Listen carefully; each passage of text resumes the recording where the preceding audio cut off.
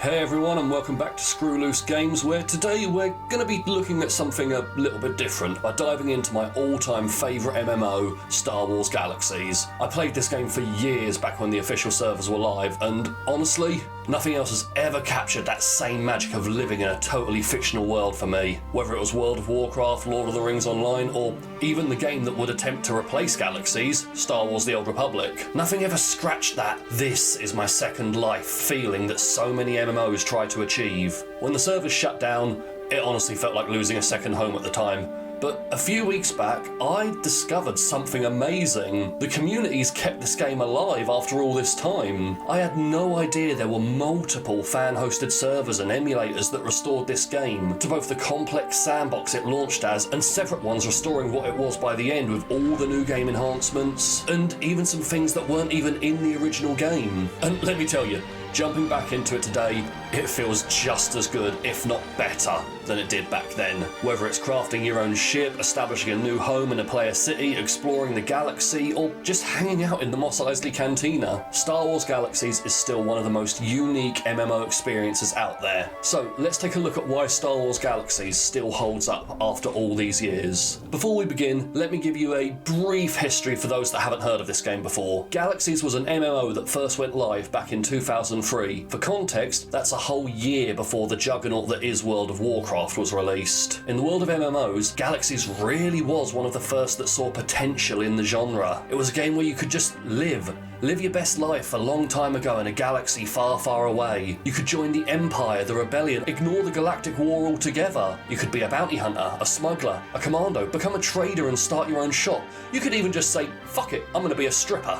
Hey, you like what you see there, big boy? The launch of this game was really one of the first major sandbox-style MMOs, with no real story or objective or even fixed economy. Characters were based around multi-classing and truly making a character who and what you wanted it to be. Even with features like the path to becoming a Jedi being a whole Pandora's box of mystery, with the first Jedi not even appearing on the servers until the game had been live for several months. And even then, people not really understanding how they did it. Fast forward a couple of years to 2005, multiple expansions had been released, jumped to light speed, introducing what is arguably to this day some of the best space combat and dogfights out there, especially for an MMO. Rage of the Wookiees introducing the hunting planet of Kashyyyk and things like bestial mounts, and Trials of Obi-Wan unlocking the fire planet of Mustafar with a whole new batch of high-level endgame enemies and quest lines. But then, shortly after the final expansion, the game went through a massive overhaul in what was known as the NGE update, or New Game Enhancement. This dramatically changed the game by simplifying everything and divided the fan base, with some players absolutely hating how the devs had oversimplified everything, removing multi-classing, changing the combat system to be more in line with games like World of Warcraft, which went live in 2004 and was proving to be a much more popular and, more importantly,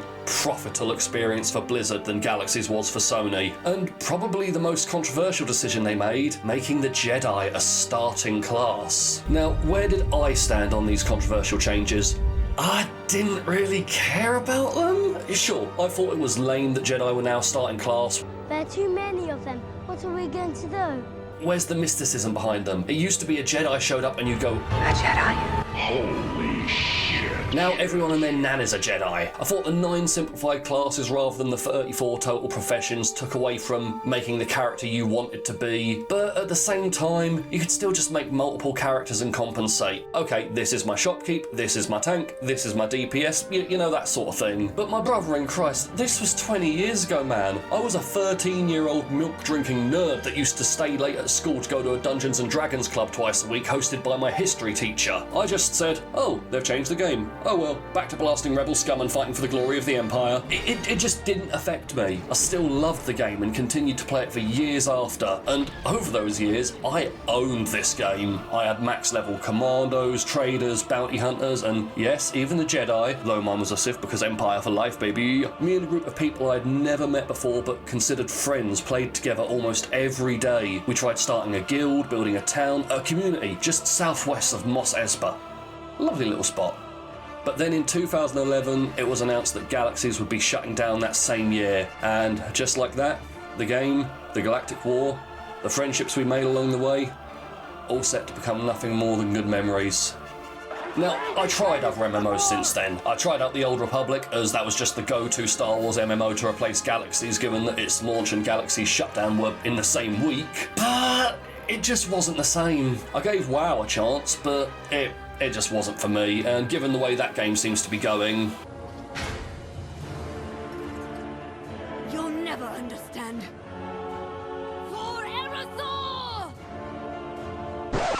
Yeah, right, cool sack. Lord of the Rings Online came really close, but I honestly found myself getting bored before I reached the endgame content in that one. But recently something happened. A few weeks ago I was scrolling through videos about the Stop Killing Games movement and videos dunking on the biggest cuck on the internet who used to work at Blizzard, I'll have you know. I literally never talk about it.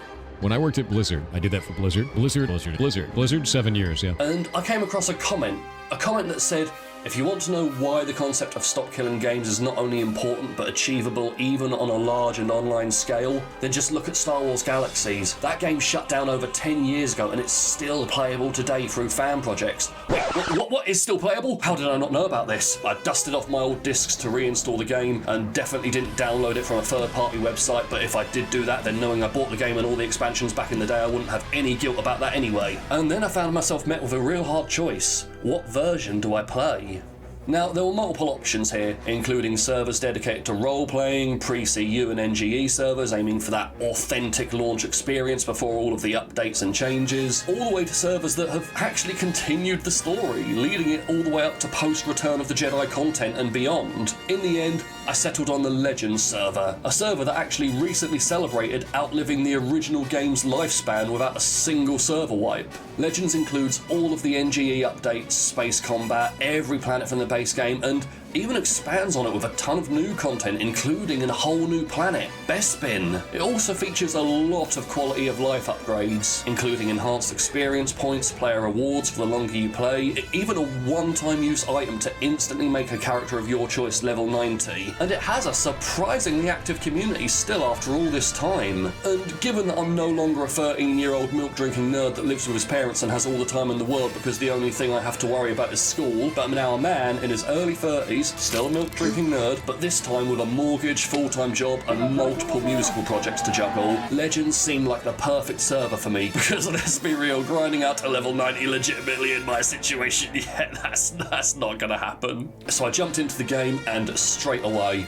I was home. I'd done this opening section so many times as a child. We escaped this Imperial base with the help of Han, Chewie and the gang and make our way to Tansari Point Station. Here we learn the basics of the game, mostly catered around your starting class, whether that's the basics of combat for most professions or the more in-depth crafting system for traders. Given I picked the bounty hunter profession, my tutorial was working for Boba Fett. Which felt a bit ironic given that Han Solo was the reason I was here. We do a couple of missions to reacquaint ourselves with the mechanics and get a few levels. Tansari has a level cap of 10, which is easy enough to reach, especially with the boosted XP, but you really don't need to stick around here to reach that cap. When we're ready, we make our way back to the Master Bounty Hunter himself, where he drops us off of the only planet where things ever seem to happen in the Star Wars Galaxies, Tatooine, and our adventure really begins. So, what do we do now? Well, anything we want. There's a legacy questline to follow which will comfortably see you through to around the level 40 to 50 mark and get you equipped with some basic vehicles and whatnot, but at this point, the galaxy really is your oyster. That level 90 boost I told you about earlier, you can pop that thing right now and just enjoy the end game. I didn't do that though, I played through my first character legit, and my second character. And now I'm making my third and I don't know what class to use it on, and oh my god, it's happening again, this game is taking over my life! If you get bored of the legacy missions, there are mission terminals which on the Legends server give you an extended double XP to already enhance the XP boost you're getting for 10 to 15 missions a day. This is crucial for grinding, particularly towards the latter half of the profession skill tree. Or if you don't want to level grind, why not join the Galactic Civil War? Where do you stand? Will you ignore it altogether and work as a freelance agent? Become a terrorist scumbag by joining the rebellion? Or will you fight for the glory of the Empire, starting off as a humble private doing jobs for various Imperial commanders, until eventually you find yourself interacting with the greatest leaders in all of science fiction, Darth Vader and Emperor Palpatine. There's piloting skill trees limiting the ships you can fly until you get good. There are player-built cities where you can get your own house with humble empty beginnings until you're getting it kitted out with some decorations or even turning it into a shop. There's There's genetic engineering in this game, and it is still so advanced for such an old game. Taking the DNA of a creature, refining multiple enzymes to affect its stats and perhaps even lead to a mutation. You can then either sell it, keep it as a pet, a mount, or make it a decoration for yourself. There are multiple PvP events going on all of the time in this game, all of which are still shockingly active. I think I only experienced one so far where the rebels just didn't bother showing up, but they were probably far too intimidated by the might of the Empire to even try at this point. Yeah, let's go with that. There is honestly so much to do in this game that I really meant what I said at the beginning. If you like Star Wars and you always dreamed of living in that world, then Star Wars Galaxies was and still is the closest thing you will ever get to experiencing that in 2025. From humble beginnings, taking any job you can get your hands on, to working your way up the organised crime tree until you're chilling with Jabba and in Jabba's palace. Now, I've been casually playing this game again for about a month or so now, so I'm going to finish off by telling you some of the highlights, some of the stories I've experienced with the game and the community in my short time back. So let's do top 5. Top 5 at the top of my head. Now, I didn't capture every second of my time in this game because, well, that would literally be close to over 100 hours of footage at this point, and my hard drive ain't got that, man. But anything I didn't capture, I will lovingly recreate for you right now. Bruh. So, I unknowingly joined Storm Squadron as my pilot training school for the Empire, which turns out is the hardest of all the Imperial flight schools. Hey, it's been over 15 years since I last played it. Give a man a break. I'm not going to remember every single detail about this game. And it got to around the halfway point, and I was really struggling. So I went to the Mos Eisley starport and simply asked, hey, is anyone able to help with an Imperial space mission? Almost instantly, someone came along and asked what tier of difficulty. Turns out they were on about the same level as me and were struggling as well, but said they'd be happy to try and help me. So we left for Naboo space and took on the mission, and it went brilliantly. Having the second pilot made the world of difference, and when we'd finished docking that final ship, I asked if I could give them some credits for their help, and they just said no. Always got to help out just for helping out, which won't be the first story that highlights how great this community is, let me just tell you that up front. So before I start this one, a bit of context to the role-playing in this game. You can highlight whether or not you role-play in your character bio, which appears just below your name, but anyway, there was recently a community event where it was almost like a TED Talk. It was described as for new players, but while there were a lot of people that were clearly new to the game, there were more than a couple of high-level players there as well, and some of the role-playing banter that went on was just brilliant. As soon as I showed up, the guy next to me was wearing the same armour as me, so naturally I told him one of us had to go home and get changed. But he then turned out to be a bounty hunter as well and started casually telling someone, hey, there's a price on your head and I'm the one taking it. Then a Mandalorian steps in and makes him drop it, all while people are shouting for them to get on with the show and asking where the popcorn is. Then a guy named Quad Far announced he was disappointed he named himself like this because he had no idea how active the roleplay community was in the game. Then when he brought attention to himself, everyone was just questioning his height in real life, and he suddenly got very quiet and claimed he was average. A likely story, Mr. Quad. Then the event began and the guys running it were all Force ghosts trying to take it very seriously, but people just started asking about what rights they had as ghosts and about dead loved ones being Force ghosts as well. And honestly, just being in a room of 50 plus idiots, all role-playing their own characters with their own lives. Like I said, it's one thing if you like Star Wars, but if you like the whole role-playing scene in MMOs, this is just another reason you seriously shouldn't overlook Galaxies.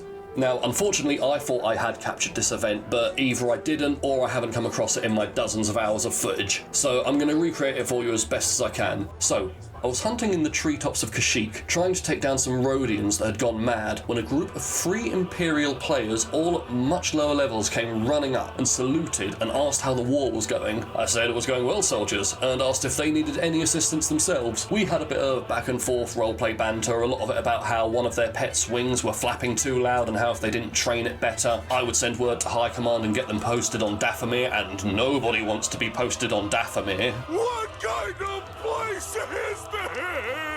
And just as we were getting ready to part ways, a group of Rebel role players showed up demanding to know what we were doing in Rebel-occupied terrain. We explained we weren't here for war, we were just here for planet assistance-based missions, but if they wanted a fight, we would happily turn on PvP and oblige. It would have been a 4v3 with us having the 4, but level-wise they probably would have taken us. But then out of nowhere, the Wookiee in the Rebel group steps forward and says, "No, this is my planet, and we settle this my way.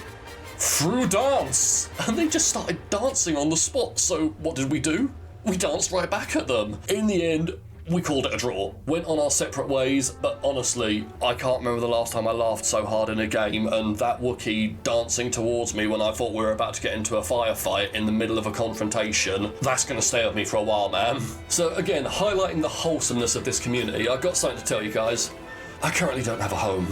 Yes, I know, your boy is homeless. Please, please, for just one like, comment and subscription, you can help house this humble sack. Okay, well, I'm not technically homeless. I have a home, yes, but I'm not a part of any community city yet. I'm currently located just outside of the city of Compton on Tatooine. Straight out of Compton. And while I was going through the city one day, I noticed a shop that sold armour. I'd recently got to level 90 and was still only equipped with the basic entry-level armour. So I go into the shop and the guy that owns it is actually there. He says hello and not to mind him, he's just doing some inventory, but feel free to have a browse. So I have a look around and oof, that's pricey. I've just earned my first million at this point in the game, and all of these suits of armour were valued at several million. I thanked him and go to leave, but before I do, he says, Welcome. I tell him that I was just looking for some armour for my level, explained how I used to play the game back in the day and recently rediscovered it, but didn't have much in terms of money yet. But I said he's got a lot of really good stock, so once I get myself more established, I'll definitely be back in the future, as he had some really top quality gear. Then he says to me, "You like that red suit over there?" I said, "Yeah, looks good. Red and black, always been my colour scheme." So he just starts picking it up and trades with me and says, "Take it." I ask him how much he wants for it and he says, "Lol, trust me, you can't afford it. Just take it, fam." Then it's only after I put the thing on, he says, "Yeah, that usually goes for about 5 to 6 mil. And I'm like, "What? Dude, let me give you something." And he just says, "Nah, fam, it's all about helping people, fam. Now you have a good day, fam." I don't know why he kept on saying fam. I'm assuming because he was in the Compton Guild. That must be like a Compton thing. Straight out of Compton. I don't know, I'm not from the streets. I make an oath and I tell him that one day I will have the money to pay him back, and when I do, I will. He tells me forget about it, it doesn't matter, but I won't. I won't, goddammit. I'm currently sitting at a comfortable 4 mil with a shop that's getting steady revenue, and I plan to pay you back soon, buddy. Just hold on a little longer. You'll get that bag. Finally, the last one I want to talk about is actually how I found my guild, KOTOR. I was walking through feed heading to the starport when I get a private message if you will. It just says, "Shadowfire Gang Gang!" Now, much like the roleplayer tag, if you played in live, you have the option to say what server you played on back in the day below your name, mine being Shadowfire. I run into the crowd of players looking to find the guy that said it and shout, "Shadowfire Gang Gang!" right in his face. So we get talking and reminiscing about the old days, and I actually knew the guild that he was in back on Shadowfire. I wasn't in it myself as I tried starting my own, but I had a few friends that were in it. So we keep on talking and he asks me if I'm looking for a guild right now, and well, I mean, the rest is history. Much like the other community interactions I've had, the guild has been so helpful and wholesome in literally everything I've needed. But more importantly, there are so many people that played the game back in the day. And being able to just rejoin a community that was once united and then divided and then eventually died, only to be brought back from the abyss by the dedicated fans that made things like the Legends server possible. It's enough to make a grown man cry. But not this man. Get back in there, Tia. So, Star Wars Galaxies. A game that, in my opinion, was way ahead of its time. I find myself asking so many questions now that I'm back on it. What would the game be like today if it never got shut down? What would happen if it was to release for the first time today? I mean, personally, for better or worse, in hindsight, I think getting shut down was the best thing that could have happened to this game. I mean, think about it. That experience of the game as it was is still here now. Untarnished, unbroken. Whichever version you want to play, pre or post NGE, it's here. We've seen what Disney has done to Star Wars over the years, and we've very clearly seen time and time again that Disney does not know what they're doing with Star Wars. Power of one. The power of two. The power of many. It's the biggest piece of dog shit that I have ever heard. Except for you guys. You guys can stay. But Star Wars Galaxies will always be that perfect slice of life to get away and escape to a galaxy far, far away. Anyhow, I've been Sack. Thank you for watching this video where I got to talk about a game that I love so much. I know there's not been too much purpose or anything to this one. Honestly, I just really wanted to make a video talking about Star Wars Galaxies. Like I say, this game was such a big part of my childhood and I thought it was gone forever, so being able to dive back into that world again feels good, man. Anyway, don't forget to like, subscribe, leave a comment down below, and remember, if you ever find yourself on the vanilla ice cream planet of Tatooine, stop on by to Stack's Fortress. My vendor Bark Hamill needs to make that money to pay back that armor still.